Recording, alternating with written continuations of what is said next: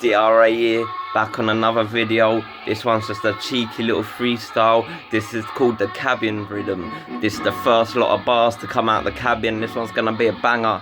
Keep your ears open.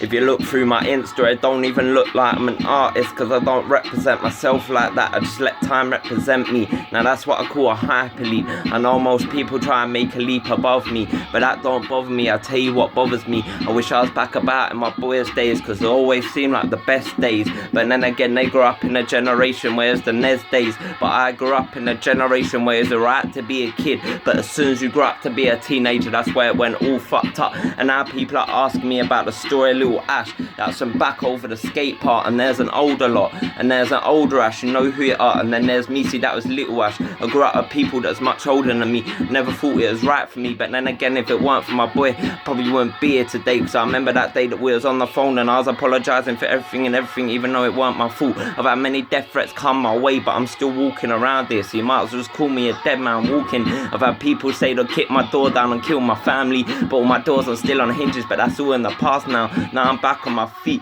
Now that's what I call grand feat of accomplishment. But now let me kick things off into gear. But if we're talking about gear, let's talk about those two, because those two are the worst. He was meant to be his older brother, and he was the one that got him into it. But then again, them two is just as bad as each other, because I remember it went like this. See, one of them lost a 10-year relationship because of it, but then a couple weeks down the line, the other one lost a 10-year friendship because of it. But them two are so impatient when it comes to that money. It was like a golden ticket to that shit.